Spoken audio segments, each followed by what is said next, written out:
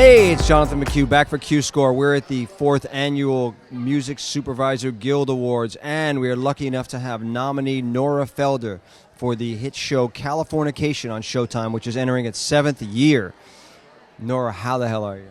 Good, great. How are you guys doing? Good. So tell us about the show. Very eclectic, interesting music. Tell us about what it's like been working on that show for the last 6 years. It's definitely been a wild rock and roll ride. It's kind of, I think, a dream show because it's shown on Showtime, and they're really amazing because they let us play in the sandbox creatively with music. And for those of you that watch the show, I think Hank is a very eclectic character. He's played by David Duchovny, and it's really interesting trying to find, continually looking for a musical palette to put behind him. It's not the obvious song, and it's just an interesting character study, and as well as watching his arc and finding tunes that, make that arc feasible or accent that arc.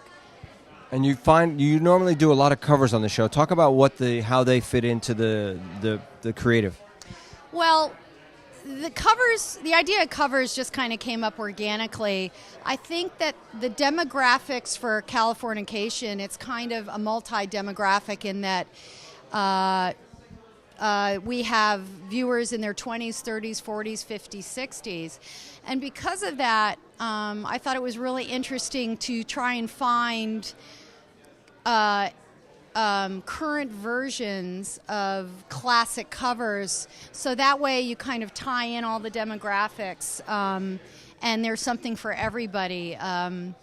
So in between seasons, I'm always on this hunt for covers that no one knows about, and always searching the blogs and the internet and looking for really fun versions and not obvious versions as well.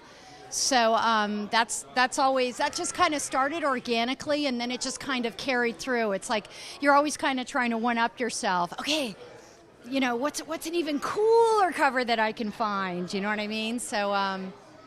And what's your favorite thing about being a music supervisor? What do you like best about the move?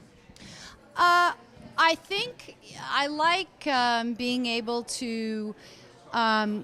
It's almost like, for me, it's like being a character actor, and that's kind of like when you get a new project to work on.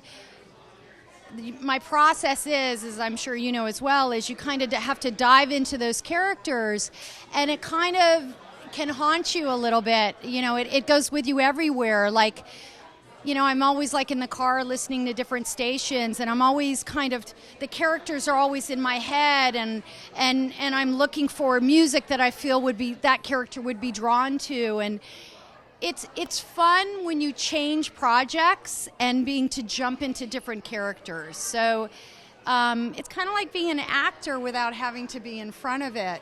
It's your voice, but in a different way. And if you could think of one of your favorite music uses on the show over the last 6 seasons, what would it be? Well, that's really hard. I said one of. I didn't say the most favorite. Just something that comes to mind, or something that people have commented to you about that they just love that moment.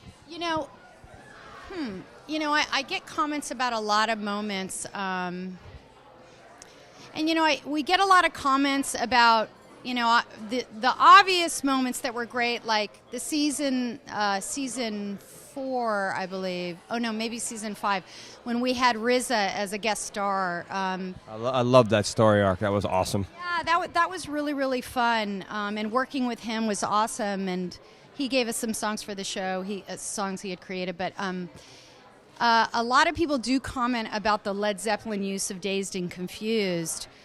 And that was awesome in the sense that they're not easy to clear. And when I had presented it for the scene, it was very much, we're never going to get that, like the whole way through. It was a temp pitch. But then I was like, I'm feeling really ballsy. Let's go for it. We can do this. But then that "we can do this" became, "can we do this?" You know, it just kind of kept changing.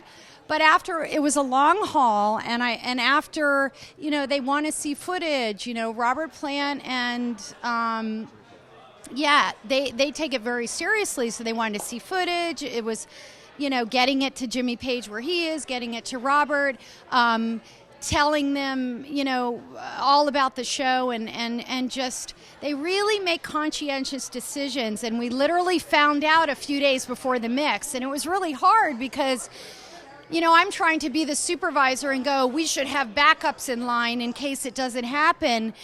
And it was hard to even imagine a backup that could do what that song did for that scene, which was during this amazing, powerful dream sequence.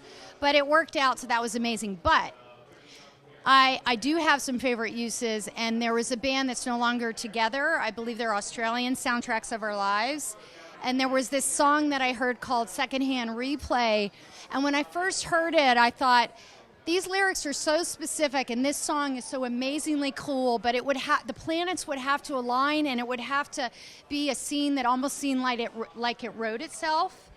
And then that scene came, and I was like, oh my God, and I sent it in, and it was as if it was written for the scene. And then I got notes from the band, and tons of people, you know, were really psyched about it. And it was, I call it kismet. It was a kismet moment, And that's what music supervision is. You heard about determination to be able to try to get that track that's ungettable, like Dazed and Confused, which obviously Hank is that character, Dazed and Confused, and then finding the track that you love that works beautifully for the film. So, Nora Felder, thanks so much for coming on, and good luck with your hopeful win on Californication.